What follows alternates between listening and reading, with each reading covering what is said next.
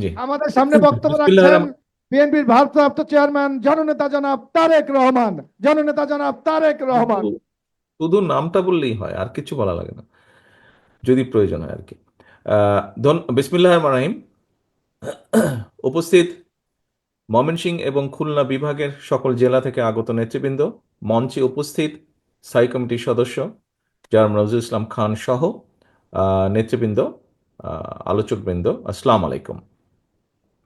আহ, উপস্থিত দুই বিভাগের নেতৃবৃন্দ, আজকে আমরা এখানে একত্রিত হয়েছি আমাদের 31 দফা, যেটি আমরা দেশের মানুষের সামনে উপস্থাপন করেছি। এই 31 দফার আলোকে আমরা আগামী দিনে আল্লাহর রহমতে মানুষের সমর্থন নিয়ে সরকার গঠন করতে সক্ষম হলে আমরা কি কি কাজ করতে চাই, দেশ এবং দেশের মানুষকে জন্য কি কি কাজ করতে চাই, সেগুলোর একটি সংক্ষিপ্ত বিবরণী নিয়ে আমরা আজকে উপস্থিত হয়েছি এখানে। কেন্দ্র থেকে নেতৃবৃন্দ এসেছেন, আলোচকবৃন্দ এসেছেন, আপনাদের সামনে সুন্দরভাবে তুলে ধরেছেন। আপনারা হয়তো পত্রিকার পাতায় দেখেছেন, কিছুদিন আগে আমরা ঢাকায় রিলঞ্চ করেছি, কিন্তু স্বাভাবিক বিভাগ এবং জেলা পর্যায়ের নেতৃবৃন্দ আপনাদের মনে অনেকগুলো হয়তো প্রশ্ন ছিল, সেই প্রশ্নগুলো ক্লিয়ার করার জন্য আজকে ওনারা এসেছেন। এখন নেতৃবৃন্দ যেই কথাটি একটু আগে দু একজন বলেছেন, আহ, আলম বলেছে, অমিত বলেছে, যে এগুলো আপনারা নিয়ে যাবেন জেলা পর্যায়ে, জেলা পর্যায় থেকে থানা বা উপজেলা পর্যায়ে, ইউনিয়ন পর্যায়ে। কিন্তু এখানে একটি কথা আছে যে শুধু আমাদের নেতা কর্মীদের ভিতরে এটি সীমাবদ্ধ রাখলে চলবে না। কারণ দেশ তো শুধু আমাদের দল দিয়ে না, দেশ শুধু আমাদের দলের নেতা কর্মীদেরকে নিয়ে, দেশ হচ্ছে দেশের মানুষকে নিয়ে। দেশের মানুষকে, এই যে প্রায় 20 কোটি মানুষ দেশে, এই সকল মানুষের জন্যই এই দেশ, মানুষকে নিয়ে এই দেশ। কাজেই আপনি যদি দেশের জন্য করতে চান, দেশের মানুষের জন্য করতে চান, তাহলে এইগুলা আমাদেরকে নিয়ে যেতে হবে মানুষের কাছে। আমরা এই করতে চাই, কৃষকের জন্য এই করতে চাই, আমরা শিক্ষকদের জন্য এই করতে চাই, নারীদের জন্য এই করতে চাই, শিশুদের যা বা আগামী প্রজন্মের জন্য আমরা এই করতে চাই, অর্থাৎ প্রত্যেকটি সেক্টরে যুবকদের জন্য কি করতে চাই, কর্মসংস্থানের জন্য কি করতে চাই, সবগুলো বিষয় আপনারা তুলে ধরবেন। হ্যাঁ, অনেকে হয়তো বলতে পারেন এর মধ্যে সকল বিষয় নেই, হতে পারে এর মধ্যে 100% বিষয় নেই, কিন্তু এর মধ্যে অনেক কিছু আছে। মোটামুটিভাবে গাইডলাইন একটি আছে। দেখুন নেতৃবৃন্দ, আমরা কাউকে ছোট করার উদ্দেশ্যে বলছি না, তবে এটাই তো বাস্তব। আমরা দেখেছি গত কিছুদিন যাবৎ সমাজের অনেক ব্যক্তি অনেক সংস্কারের বিষয়ে কথা বলছেন, যারা 3 মাস বা 4 মাস বা এমনকি 5 মাস আগেও, 6 মাস আগেও যারা সংস্কার নিয়ে কোনো কথা বলেনি। কিন্তু বাংলাদেশ জাতীয়তাবাদী দল, আপনাদের দল বিএনপি, এই সংস্কারের কথা আজকে থেকে 2 বছর আগে বলেছে, যখন আমরা জানতাম না স্বৈরাচারের পতন কবে হবে, কবে স্বৈরাচার পালিয়ে যাবে এই দেশ থেকে, এরকম যখনও পরিষ্কারভাবে আমাদের সামনে কিছু ছিল না, আমরা সেই সময় বলেছি। অর্থাৎ বিএনপি সত্যিকার ভাবে যে, আমরা হয়তো অনেক কিছু অতীতে যখন দেশ পরিচালনার সুযোগ ছিল আমাদের হাতে, হয়তো সবকিছু যা যা বলেছি আমরা করতে পারিনি, হয়তো অনেক কিছু করতে পারিনি, অনেক কিছু করেছি, আবার অনেক কিছু করতে পারি। কিন্তু তারপরেও বিএনপি যে দেশের কথা চিন্তা করে, দেশের মানুষের কথা চিন্তা করে, এবং চিন্তা করেই যে এই যে 31 দফা বা সংস্কার প্রস্তাব দিয়েছে 2 বছর আগে, এটাই প্রমাণ করে যে বিএনপি দেশ এবং দেশের মানুষের কথা চিন্তা করে। আপনারা যদি পত্রপত্রিকার মধ্যে খেয়াল করে থাকেন, দেখবেন আজকে তো আপনারা নিজেরাই শুনলেন, দেখলেন, আলোচনা করলেন। নিশ্চয়ই আপনারা যদি একটু চিন্তা করে দেখেন যে গত 1.5-2 মাস 3 মাস ধরে যারা অনেকে সংস্কারের কথা বলছে, আমরা এই 31 দফার ভিতরে যা যা বলেছি, কম বেশি তারা কিন্তু সেই কথাগুলোই বলছেন, এর বাইরে খুব একটা যাবার কোনো রাস্তা নেই।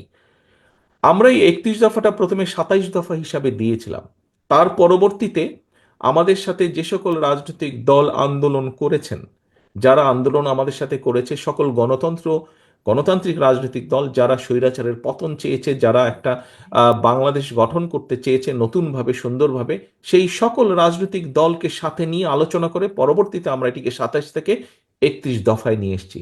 কাজেই এই 31 দফা কিন্তু শুধু যে বিএনপির দফা তা না, আমাদের সাথে সমমনা বা যেভাবেই বলি না কেন, আমরা আমাদের সাথে যে রাজনৈতিক দলগুলো ছিলেন, অর্থাৎ বাংলাদেশের পক্ষের সকল গণতান্ত্রিক দলগুলোর চিন্তার ফসলই হচ্ছে এই 31 দফা।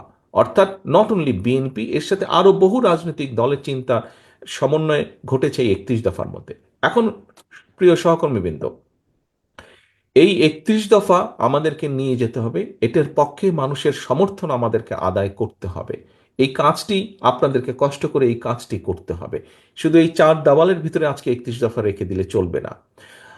আপনাদেরকে নিজের আমরা কেন্দ্র থেকে করেছি, আপনাদেরকে এখানে আজকে কিছু একটি বক্সের মধ্যে কিছু লিফলেট দেওয়া হয়েছে, বইগুলো দেওয়া হয়েছে। এটি যথেষ্ট নয়, এটি যথেষ্ট নয়। আপনাদেরকে সাথে আমরা জেলা নেতৃবৃন্দের কাছে কেন্দ্র থেকে পেন ড্রাইভে করে দিয়ে দেওয়া হচ্ছে সফট কপিটি। আপনাদের কাছে অনুরোধ থাকবে, আমরা কিছু আপনাদেরকে দিয়েছি টোকেন হিসেবে, বাকি আরো অনেক লাগবে, সেটি কষ্ট করে আপনাদেরকে প্রিন্ট করতে হবে। তবে অবশ্যই এখানে জেলা পর্যায়ে যারা নেতৃবৃন্দ আছেন, আপনাদেরকে এখন পরিকল্পনা নিতে হবে কিভাবে আপনারা উপজেলায় করবেন। উপজেলার নেতৃবৃন্দকে সাথে নিয়ে জেলা নেতৃবৃন্দ পরিকল্পনা করবেন কিভাবে আপনারা ইউনিয়ন পর্যায়ে চলে যাবেন, সেটি আপনাদেরকে পরিকল্পনা করে গ্রহণ করতে হবে। অর্থাৎ মোট কথা মানুষের কাছে পৌঁছে দিতে হবে। প্রিয় সহকর্মীবৃন্দ, আমরা সবসময় একটি কথা বলি, বা বিএনপির সকল ক্ষমতার উৎস জনগণ। আমাদের কিছু কিছু নেতৃবৃন্দ, কিছু কিছু কর্মী, কিছু কিছু সহকর্মীর মধ্যে একটি চিন্তা ঢুকে গেছে যে এখানে সাগর বোধহয় খুব সম্ভব বলেছিল খুলনা থেকে, যে আমরা ক্ষমতায় গেলে, কিছু কিছু সহকর্মীর মধ্যে ঢুকে গেছে এমন একটা ভাব যে আমরা ক্ষমতায় বোধহয় চলে যাচ্ছি বা চলে গিয়েছি। সহকর্মীবৃন্দ, আপনাদের সকলকে আমি অনুরোধ করব, একই সাথে আপনাদের সকলকে আমি দৃঢ়ভাবে বলবো, আমরা ক্ষমতায় যাইনি। আমরা ক্ষমতায় যাব কিনা আমরা জানি না। তখনই আমরা ক্ষমতায় যেতে পারবো যখন আমরা বাংলাদেশের জনগণের সমর্থন পাবো। কাজেই জনগণের সমর্থন পাবো। এখন জনগণের সমর্থন আমাদেরকে আদায় করতে হবে। জনগণের সমর্থন যদি আদায় করতে হয়, এখানে আপনারা আজকে যারা উপস্থিত আছেন, আপনাদের সকলকে কিন্তু আমরা এখানে আজকে আমন্ত্রণ জানিয়েছি একজন নেতা হিসাবে। হতে পারেন আপনি একজন জেলার নেতা, হতে পারেন উপজেলা, বা হতে পারেন ইউনিয়ন পর্যায়ের নেতা, কিন্তু আপনি নেতা বলেই কিন্তু আজকে এখানে আপনাকে দাওয়াত দেওয়া হয়েছে। এবং সেজন্যই নেতা, আপনার কথা, আপনার কাজ, আপনার উঠা বসা, আপনার চলাফেরা সব কিছুর উপর নির্ভর করছে বিএনপির আগামী দিনের ভবিষ্যৎ। বিএনপির আগামী দিনের ভবিষ্যৎ। আপনি বিএনপিরই হন না কেন, আপনি ছাত্র দলেরই হন না কেন, আপনি যুবদল, স্বেচ্ছাসেবক, কৃষক দল, মহিলা দল, যেই দলের নেতাই হয়ে থাকুন না কেন, আপনাকে মানুষ এক বাক্যে চিনে বিএনপি হিসাবে। কাজেই আমাদের আগামী দিনের আমাদের সকল কিছু এমন হতে হবে যাতে জনগণের সমর্থন আপনার প্রতি থাকে, যাতে জনগণের সমর্থন দলের প্রতি থাকে। নেতৃবৃন্দ, এইটা যদি আপনি চিন্তা করেন, আচ্ছা ঠিক আছে, তারেক রহমান কিভাবে বলবে সেটা তারেক রহমান কিছু একটা বলে টলে সামলে নিবে। আচ্ছা ঠিক আছে, দলের মহাসচিব মির্জা আলমগীর উনি এটা বলে সামলে নিবে, ওনারা দেখবে। এই ছোটখাটো বিষয় এগুলা যদি কেউ কিছু করে, এগুলা কে নজরে দেয়? নো, এটা খুব ভুল ধারণা। দায়িত্ব আমার একার না, দায়িত্ব স্থায়ী কমিটির সদস্য সকলের একার না, দায়িত্ব আমাদের সকলের। এই দলকে রক্ষা করা, এই দলকে সামনে নিয়ে যাওয়ার, রক্ষা করার দায়িত্ব সকলের। আমি কেন্দ্রে আছি, আমি কেন্দ্র থেকে আমার দায়িত্ব পালন করব। আপনি উপজেলা লেভেল, জেলা লেভেল বা ইউনিয়ন লেভেলে আছেন, সেখানে আপনি একজন নেতা হিসাবে আছেন। আপনি যেই মূল দল সহ যেই অঙ্গ সহযোগী সংগঠনই হন না কেন, আপনাকে আপনার দায়িত্ব পালন করতে হবে। আপনারা নিশ্চয়ই শুনেছেন, খেয়াল আছে অনেকেরই, আমি কিছুদিন আগে বলেছি, জনগণের সঙ্গে থাকুন, জনগণকে সঙ্গে রাখুন। সহকর্মীবৃন্দ, আপনারা প্রায় একটি কথা বলে থাকেন, আমার সাথে যখন দেখা হয় তখনও বলেন, আপনারা বলেছেন, আপনারা অতীতেও বলেছেন, বর্তমানেও বলছেন, বিভিন্ন বক্তৃতা বিবৃতিতেও আপনারা বলেন যে বাংলাদেশের জনগণের আস্থা বিএনপির উপরে আছে। এই কথাটা আপনারা বলেন। প্রিয় সহকর্মীবৃন্দ, এই আস্থাটা ধরে রাখা কিন্তু অনেক কঠিন ব্যাপার। এই আস্থাটা ধরে রাখা কঠিন ব্যাপার। জনগণের আস্থা আপনাদের উপরে আছে, আমাদের উপরে আছে, বিএনপির উপরে আছে। এটি ধরে রাখার দায়িত্ব আপনার এবং আমার এবং আমাদের সকলের। এটি ধরে রাখার দায়িত্ব কিন্তু জনগণের না। জনগণ আস্থা রাখবে তার উপরেই যে জনগণের সাথে থাকবে। জনগণ আস্থা রাখবে তার উপরেই, জনগণ যখন দেখবে যে আমি তার উপরে আস্থা রাখেছি এই কারণেই, কারণ আমি যেভাবে চাই সে সেভাবে কথা বলছে, আমি যেভাবে চাই সে সেভাবে বিহেভ করছে, সেভাবে চলছে, সেভাবে উঠছে, সেভাবে বসছে। প্রিয় সহকর্মীবৃন্দ, এই কথাগুলো আমি এই কারণে বলছি, আপনারা হয়তো মনে মনে কেউ কেউ ভাবছেন যে তারেক রহমান তো এই কথাগুলো দুদিন আগেও বলেছে, একই কথা বারবার বলে কেন? একই কথা এই জন্য বারে বারে বলছি সহকর্মীবৃন্দ, আগামী দিনে যে নির্বাচনটি আসছে, আগেও বলেছি, আজও আপনাদের সামনে আমি তুলে ধরতে চাই পরিষ্কারভাবে। আপনারা পত্রপত্রিকা দেখছেন, খবরাখবর রাখছেন, আপনারা আপনারা যদি সকল কিছু বিবেচনা করেন, পরিষ্কার, দিন যত যাচ্ছে পরিষ্কার হয়ে যাচ্ছে। আমি আজকে থেকে প্রায় 3 মাস আগে আমি এই কথাটি বলেছিলাম, দিন যত যাচ্ছে তত পরিষ্কার হচ্ছে সামনের যে নির্বাচন এটি এত সহজ না। আমি আমার রাজনীতিক, আমার থেকে এখানে অনেক অভিজ্ঞতা সম্পন্ন সহকর্মীবৃন্দ আছেন, অনেক মুরব্বী নেতৃবৃন্দ আছেন। আমি আমার যতটুকু রাজনৈতিক অভিজ্ঞতা গত 30-35 বছরের, এই অভিজ্ঞতার আলোকে আমার কাছে মনে হচ্ছে সামনের যে নির্বাচন আমরা ফেস করতে যাব, হতে পারে আমাদের একটি প্রধান প্রতিপক্ষ অনেক দুর্বল হয়ে গেছে, তারপরেও তারপরেও এই নির্বাচন বাংলাদেশের যে কোনো নির্বাচনের থেকে অনেক কঠিন নির্বাচন হতে যাচ্ছে, অনেক কঠিন নির্বাচন হতে যাচ্ছে। কারণ 20 বছর আগের যখন মানুষ নির্ভয়ে, কম বেশি নির্ভয়ে ভোট দিতে পারত, আপনি যদি সেই 2001-এর নির্বাচন ধরে থাকেন, সেই সময় থেকে মানুষের চিন্তাধারা পরিবর্তন হয়েছে, মানুষের ধ্যান ধারণার পরিবর্তন হয়েছে, মানুষ এখন অনেক অনেক সচেতন, সেটি সামাজিক মাধ্যম সহ বিভিন্ন কারণেই হোক না কেন। কাজেই সহকর্মীবৃন্দ, কেউ যদি মনে করেন যে আপনার এলাকার কোনো কিছু আপনাকে এফেক্ট করছে না, আরে এটা কেউ জানবে না, এইটি ভুল ধারণা সম্পূর্ণভাবে, মানুষ জেনে যায়। কাজেই আমাদেরকে, আমরা যদি কেউ কোনো বিগত 3-4 মাসে ভুল করেও থাকি, আপনার আশেপাশের নেতাকর্মীরা যদি কেউ ভুল করে থাকে, প্রিয় সহকর্মীবৃন্দ, একজন নেতা হিসাবে আপনার এটি অবশ্যই অবশ্যই দায়িত্ব তাদেরকে সঠিক পথে নিয়ে আসা, তাদেরকে সচেতন করা, তাদেরকে সতর্ক রাখা। আসুন, আমরা যে 31 দফা আজকে আপনাদের সামনে উপস্থাপন করেছি, আপনারা নিজেরা বসে সারাদিন আলোচনা করেছেন, এই 31 দফাকে যদি আমাদের সফল করতে হয়, যে কোনো মূল্যে জনগণের সমর্থনকে আমাদের পক্ষে রাখতে হবে। আমরা প্রায় বলে থাকি যে অমুক একটি দল আছে, তারা তো এই কাজ করে যাচ্ছে। ভাই, কমপ্লেন করেন কেন? ওরা যদি এই কাজ করে যাচ্ছে, ভিতরে ভিতরে এই কাজ করে যাচ্ছে, তো আপনি কেন করতে পারছেন না এই কাজ?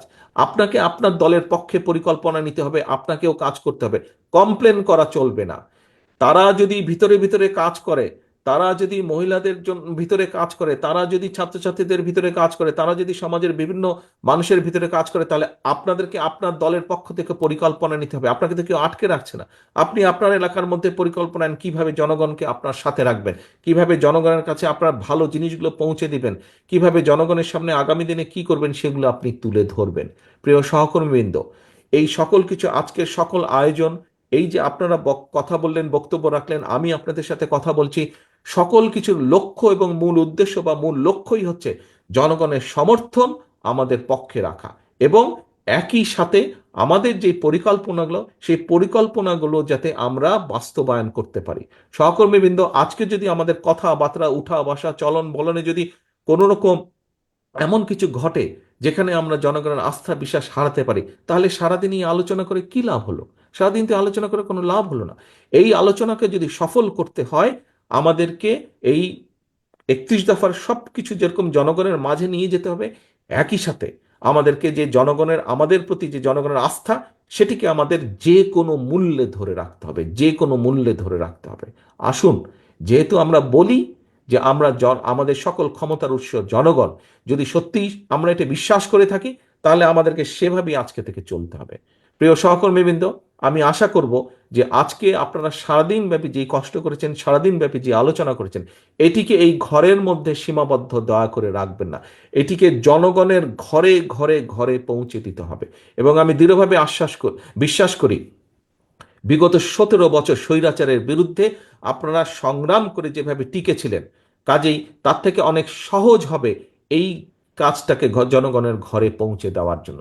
এত কঠিন একটি পথ যদি আপনার পাড়ি দিয়ে আসতে সক্ষম হয়ে থাকেন, তাহলে এই যে আজকে একটু কষ্টের করেই আমরা কিন্তু জনগণের মধ্যে আমাদের এই 31 দফাকে নিয়ে যেতে পারি।